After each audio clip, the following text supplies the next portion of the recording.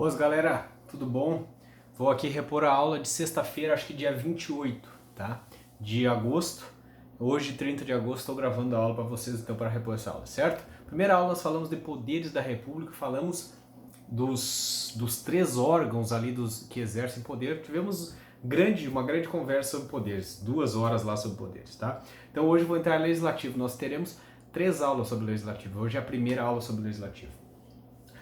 Nós vamos falar nos artigos 44 a 76 da Constituição, Poder Legislativo.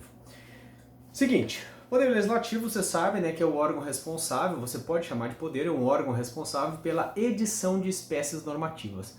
Ele tem por finalidade típica editar as espécies normativas previstas no artigo 59 da Constituição, que estão lá emendas constitucionais, leis complementares, leis ordinárias, decretos legislativos e resoluções. Ele não edita a medida provisória e a lei delegada, que está no artigo 59, mas não é competência dele, tá? Ele tem também por função típica a fiscalização política e fiscalização financeira e orçamentária da União e dos demais poderes. Ele exerce também uma fiscalização política que o faz por meio de CPI. Vamos falar especificamente de CPI, tá bom?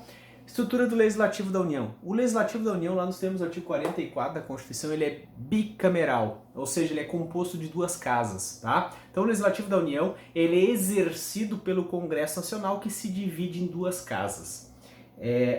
A Câmara dos Deputados e o Senado Federal. Só uma observação aqui, o nosso bicameralismo é um bicameralismo de equilíbrio ou federativo. O que significa dizer? As casas do Congresso Nacional possuem a mesma importância, não existe uma hierarquia de uma sobre a outra, não. Elas atuam, cada uma tem as suas funções específicas, mas elas são iguais, tá? Não existe uma diferenciação entre elas, uma não fiscaliza a outra, não. Elas são iguais, elas têm as mesmas, o mesmo poder, tá? Não há uma hierarquia, uma superioridade de uma sobre a outra, não. Quando existe essa hierarquia, quando há 2 casas e existe uma hierarquia, é o chamado bicameralismo aristocrático, que aconteceu por um período na Inglaterra, né, a Casa dos Lords, a Câmara dos Lords e a Câmara dos Comuns. A Casa dos Lords, na verdade, ela tinha a função de fiscalizar os trabalhos realizados pela Câmara dos Comuns, tá bom? O nosso bicameralismo, então, é um bicameralismo de equilíbrio ou federativo. Então, o Congresso Nacional no âmbito da União, o Legislativo no âmbito da União ou Federal, ele é exercido pelo Congresso Nacional, que tem 2 casas. Já o Legislativo no âmbito dos Estados, ele é unicameral, tá? Só tem uma casa. Nos Estados são as Assembleias Legislativas, nos municípios são a Câmara de Vereadores, né, composta por vereadores, e no Distrito Federal é a Câmara Legislativa do Distrito Federal, composta por deputados distritais. Lembro que os deputados estaduais, o número de deputados estaduais, ele corresponde, né, ao número ali, corresponde não, ele tem o cálculo é feito com base lá no artigo 27, ou seja, ele é o triplo da representação que o Estado tem na Federação. Eu não vou ler aqui o artigo, depois vamos dar uma lida no artigo 27, tá? Mas com base no número de representantes que o Estado tem no Congresso Nacional, que se chega ao número dos parlamentares estaduais, tá bom? Olha só, só lembrando aqui, vocês já viram as casas do Congresso Nacional, né? Já viram o Congresso Nacional. Vocês viram que ele tem uma cuba voltada para baixo e uma cuba voltada para cima. Por que tem essas cubas? O que significa? Na cuba voltada para baixo, aquela ali é o Senado Federal, tá?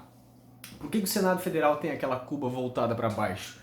Porque, na verdade, ele é composto de pessoas mais experientes, vamos dizer, mais velhas, pessoas que têm uma capacidade política plena, ou seja, porque para você ser senador você tem que ter 35 anos, tá? E eles são os representantes dos estados. O Senado Federal, no artigo 46, diz lá, o Senado Federal é composto de representantes dos estados, eleitos pelo princípio majoritário. Depois vou falar disso. Mas, então, o Senado Federal, Cuba, ali se você olhar o Congresso Nacional, você vai ver que a Cuba ali é voltada para baixo, é o Senado Federal, e a Cuba voltada para cima é a Câmara de Deputados. Câmara de Deputados, então, a Cuba voltada para cima, porque em tese são representantes mais modernos, né? mais abertos às novas ideias, eles estão abertos aos reclames do povo, porque eles são os representantes do povo, o senador representante do Estado, os deputados representantes do povo. A idade para ser, no mínimo, para ser vereador é 21 anos. Então, essa questão das cubas, né, demonstra ali que os membros que compõem aquela casa são ora mais conservadores, mais fechados, e ora mais abertos às reivindicações do povo. Só lembrando, nos territórios, nós não temos territórios no Brasil, tá? Toda a terra, toda porção de terra no Brasil, ela pertence a um estado. Não existe uma porção de terra no Brasil que não componha um estado, certo? Os territórios que tinham no Brasil foram extintos lá na Constituição de 88, a exemplo de Fernando de Noronha, território de Fernando de Noronha. Noronha ele foi anexado ao estado de Pernambuco, certo?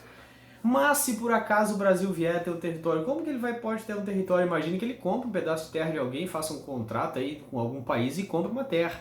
Aquela terra não venha se anexar a nenhum estado e fica um território, seria um território da União. Nesses territórios, se eles tiverem, se vier a ter o território, eles terão 4 deputados e não terão senadores, tá bom? Lembro também que Não, vamos mais à frente, para não perder aqui o raciocínio. Como é que se manifesta o legislativo da União? Como é que se manifesta o legislativo em si? Você sabe uma coisa, que o legislativo ele se manifesta por meio de espécies, por intermédio de espécies normativas. Ele fala, a manifestação oficial do legislativo, por ele ser um órgão plurimo, ela acontece com a soma da vontade de todos os parlamentares. A soma da vontade de todos os parlamentares vai gerar, né, uma vontade daquela casa, daquele órgão. Então o legislativo ele fala mediante espécies normativas. Como que fala o judiciário? O judiciário fala por meio, né, de decisões judiciais. E a administração pública fala por meio de atos administrativos. Tá? Então, para você ver uma manifestação oficial, a função típica do legislativo, você verificando a manifestação dele, você vai ver uma espécie normativa, não tem outra forma dele se manifestar, tá bom? Essa manifestação do Congresso Nacional tem algumas formas. Ela pode ser o seguinte, uma manifestação do Congresso Nacional com sanção do Presidente da República, tá? O Congresso Nacional se manifesta, faz a espécie normativa e manda para o Presidente da República sancionar. Ou então essa manifestação do Congresso Nacional pode ser sem sanção do Presidente da República. Exemplo de uma manifestação sem sanção do Presidente da República. A lei ordinária e a lei complementar são manifestações do Congresso Nacional que dependem de sanção para valer. Tá? Agora, a emenda constitucional. A emenda constitucional independe de sanção, ela não tem sanção. Então é uma manifestação, quando eles se vestem, lembra lá da aula de poder constituinte derivado, reformador, né? O Congresso Nacional, quando altera a Constituição, ele se investe ali num manto, ele coloca um manto de poder constituinte e altera a Constituição, aí não tem participação do Executivo, tá? Então é uma manifestação só do Congresso Nacional. Manifestação, então, pode ser com sanção, pode ser sem sanção, e a manifestação ainda, ela pode ser somente da Câmara dos Deputados ou somente do Senado Federal, tá? Em regra é o seguinte, em regra o Congresso Nacional se manifesta, começa um projeto de lei que nós vamos ver ali na próxima aula. O projeto de lei começa na Câmara dos Deputados, por exemplo, em regra começa na Câmara dos Deputados, é aprovado na Câmara dos Deputados, vai para o Senado Federal, é aprovado, vai para o Presidente da República para sanção, tá? Emenda constitucional aprova numa e noutra e as duas mesas se juntam e promulgam. Agora, tem casos que não.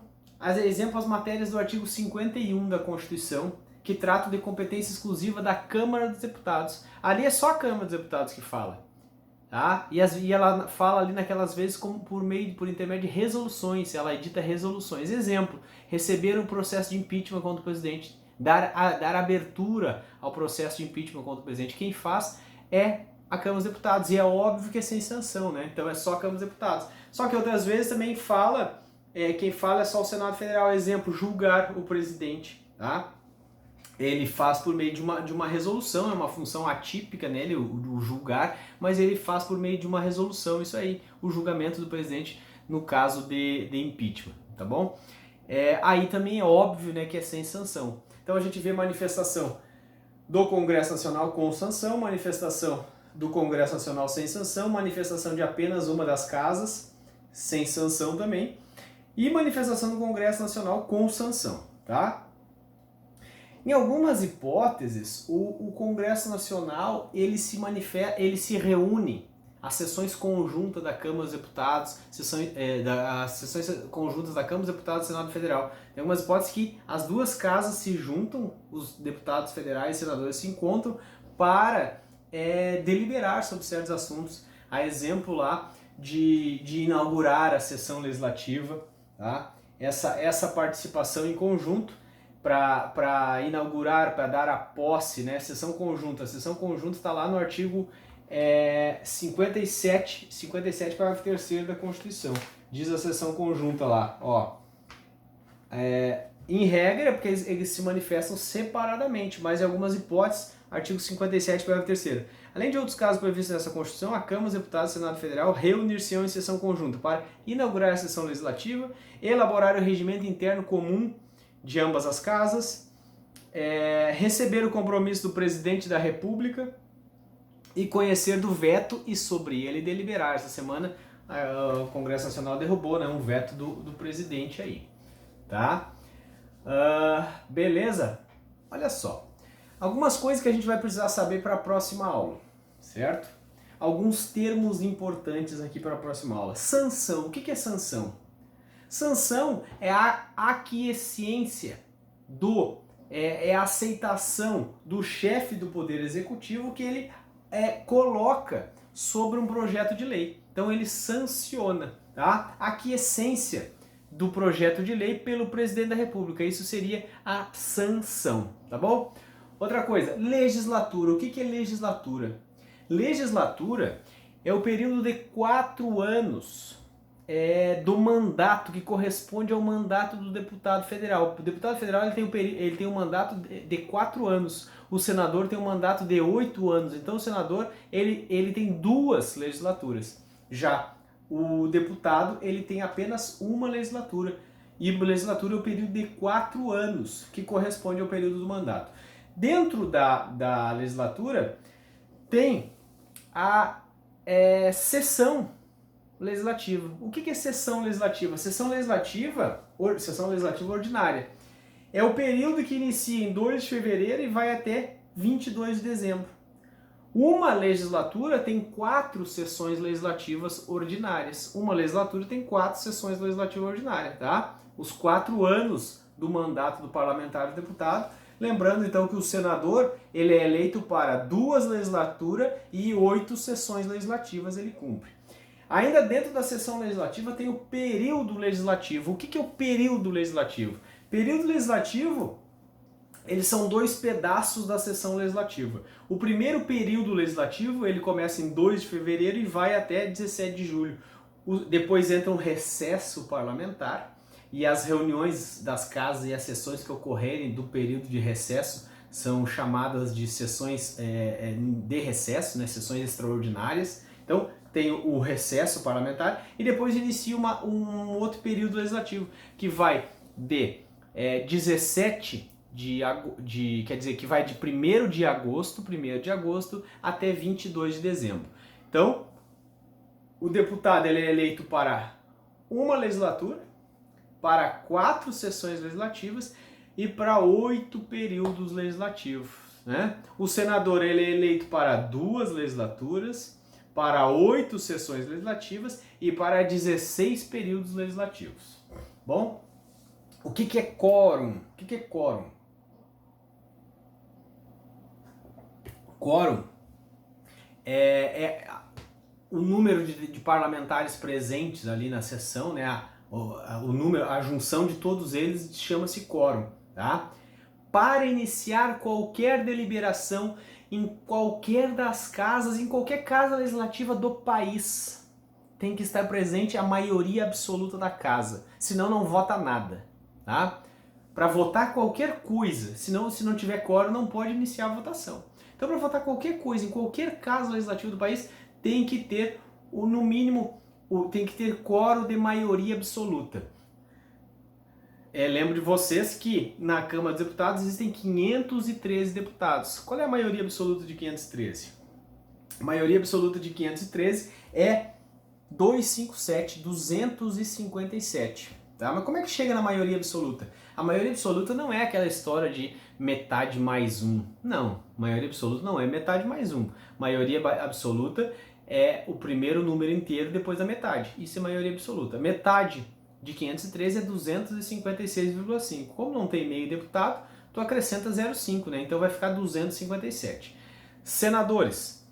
Senadores tem 81 senadores no Senado Federal. Para começar qualquer votação dentro do Senado Federal, tem que estar no mínimo 41 senadores.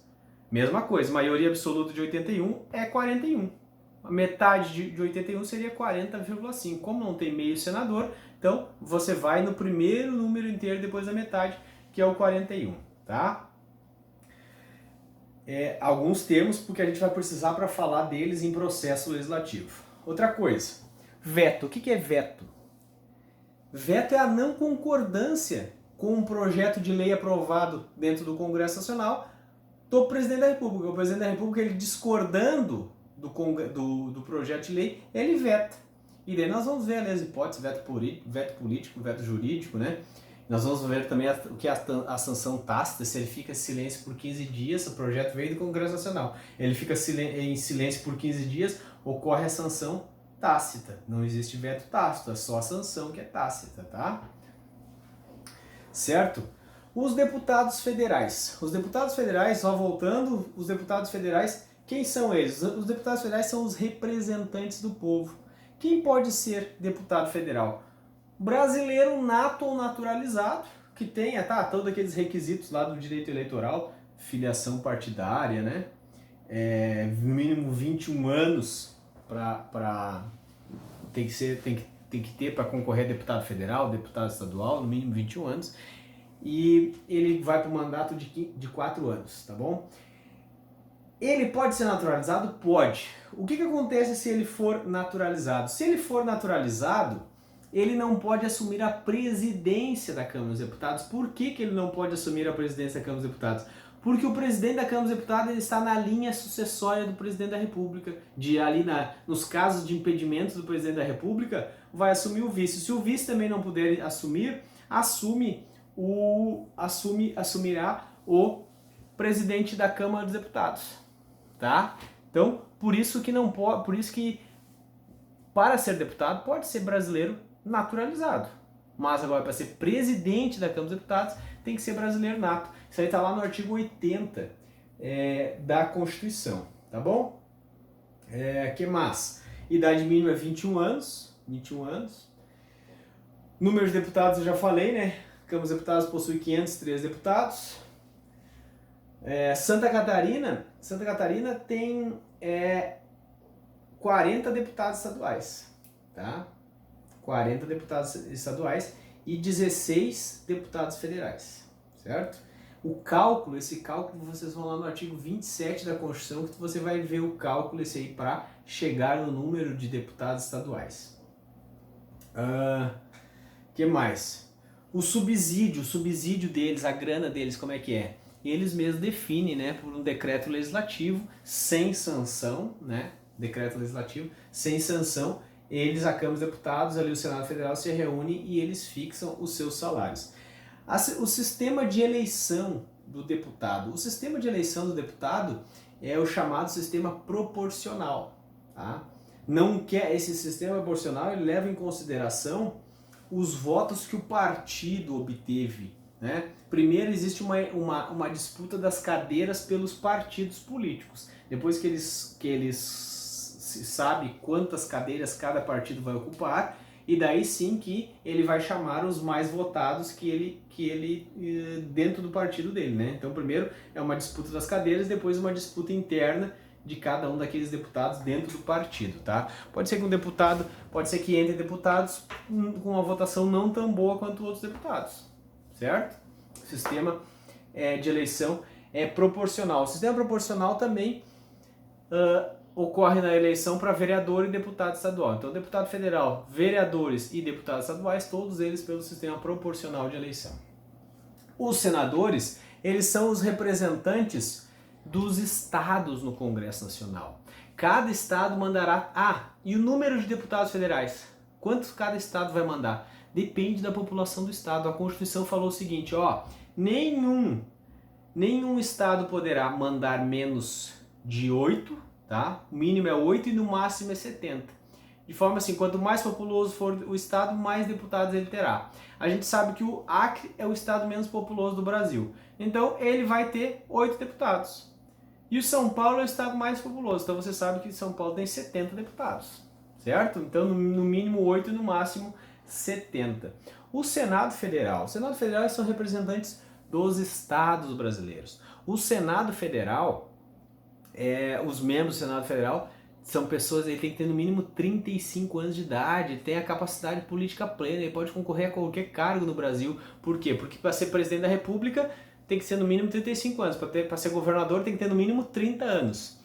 Para ser deputado federal, para ser senador, no mínimo 35, para ser deputado federal e estadual, no mínimo 21, e para ser vereador, no mínimo 18. Então, a capacidade política plena para concorrer a todos os cargos é atingida aos 35 anos de idade. Tá? O senador vem dos senatos, né? Aquele mais antigo, mais velho, né?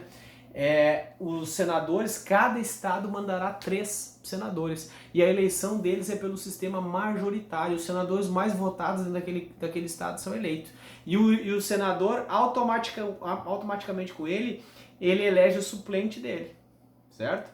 O suplente de senador não concorre à eleição, quem concorre é o cabeça ali, o senador, e ele leva uma pessoa junto com ele. Se por acaso ele assumir um ministério, por exemplo, aquele suplente vai lá e assumir a vaga dele sem concorrer à eleição, sem receber nenhum voto na vida, tá? Isso acontece muitas vezes, o cara que ajuda na campanha, aquela coisa toda, né? Eles colocam ele como suplente para, tipo assim, daí alguns dias lá ele sai, né? Ele se licencia e deixa aquele suplente ser senador por um período ali, tá?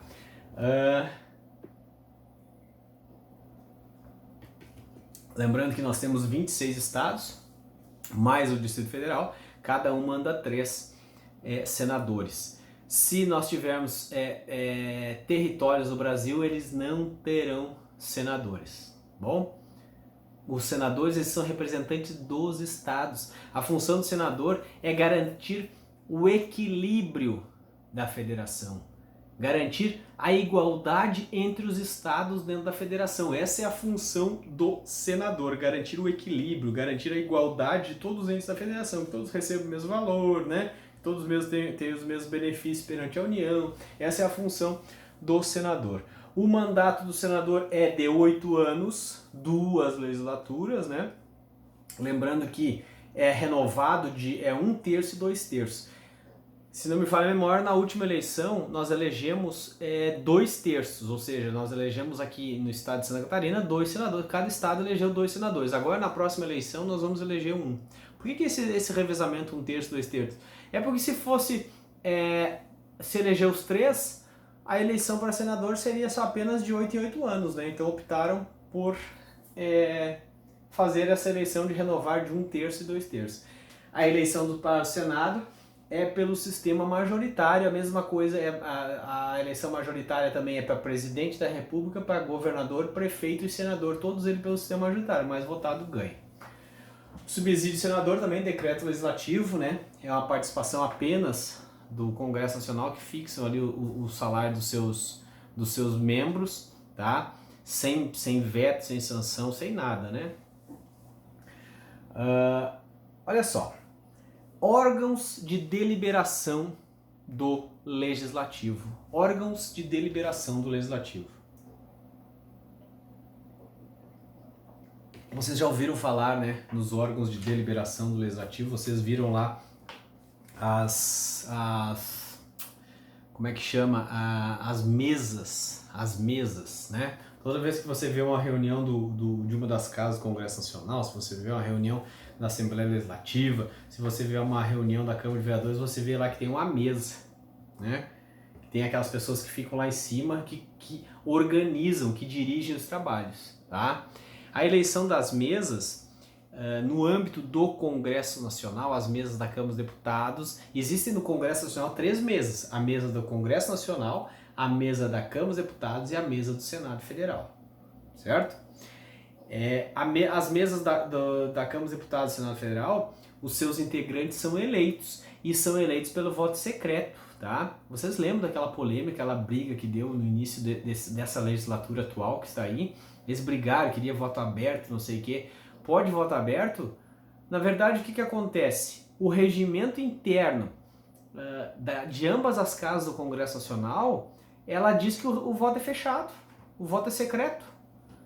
Ah, mas não dá para fazer aberto? Dá para fazer aberto, só que precisa alterar o regimento interno. A regra é fechado. Quer alterar, pode alterar. Só que eles precisam se reunir, votar e alterar o regimento, tá? Senão é fechado. A gente vive um Estado de direito, não um Estado de regras, um Estado composto que toda a organização vem pautada já está tudo pautado. Então a gente precisa obedecer às regras. E o regimento interno e a eleição do Senado, das mesas do Senado e da Câmara dos Deputados é por voto fechado. Nas mesas, quais são os cargos ali? Tem o presidente, tem o primeiro vice-presidente e o segundo vice-presidente. Depois vem 4 cargos de secretários e depois vem 4 cargos de suplente. Ao todo são 11 parlamentares. E na mesa ali é respeitado, né? Respeita-se a proporcionalidade dos partidos políticos. Permitir que nas mesas todos os partidos políticos estejam representados nas mesas, tá? Não pode ficar só de um mesmo partido na mesa, não. Tem que ser diversificado ali entre os partidos políticos, aqueles integrantes. A Constituição estabelece expressamente que é vedada a recondução. Não pode recondução para uma eleição imediatamente seguinte nas mesas do Senado Federal, tá bom?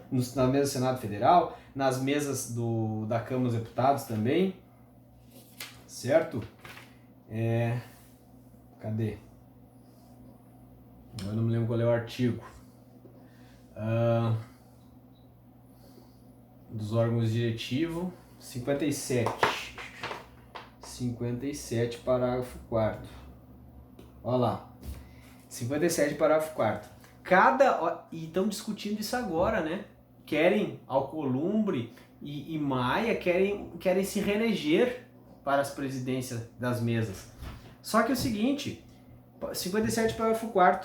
Cada uma das mesas reunir-se-á em sessões preparatórias a partir de 1º de fevereiro, no primeiro ano da legislatura, para a posse de seus membros e eleição das respectivas mesas, para mandato de 2 anos, vedada a recondução para o mesmo cargo na eleição imediatamente subsequente, tá bom? Então, não pode, né? Estão discutindo, mas não pode. A composição das mesas, ela se dá da seguinte forma, tá? Por eleição, a mesa da Câmara dos Deputados é integrada só por deputados, do Senado Federal só por senadores. Agora a mesa do Congresso Nacional é mista, sendo que o presidente do Congresso Nacional é o presidente do Senado. E o primeiro vice-presidente do Congresso Nacional é o primeiro vice-presidente do Senado. Depois o segundo vice-presidente do Congresso Nacional é o segundo vice-presidente do Senado. Ou seja, ali no artigo 57 fala no artigo 5º, a mesa do Congresso Nacional será presidida pelo presidente do Senado e os demais cargos serão exercidos alternadamente pelos ocupantes dos cargos equivalentes na Câmara dos Deputados e no Senado Federal. Tá? Então, uma coisa que tem certa, o presidente da Câmara dos Deputados ele não ocupa assento na mesa do Congresso Nacional. Qual é a importância dessas mesas? Por que tem tanta disputa por essas mesas? Pela presidência e tudo mais? É porque eles que definem o que vai ser pautado, eles definem a mesa que define o que vai ser votado, né? Por exemplo, o pedido de impeachment. Quantos pedidos de impeachment tem sobre estados estão lá porque o presidente não quer pautar aquilo ali, não quer colocar para votação. Então, a importância de você ocupar a mesa é essa, é que você diz o que será votado. Se você não autorizar votações de projetos, tudo mais, aquilo não tem como, é o presidente e a mesa que estabelece a pauta de votação, tá? Além disso, ela também promulga emenda constitucional, ela pode ajuizar a ação direta de inconstitucionalidade, ela tem outras funções, mas a principal importância é pautar as votações, é dizer o que vai ser feito dentro da Casa Legislativa. Tá bom, galera? Isso aí, forte abraço, nos vimos na sexta-feira que vem. Até mais!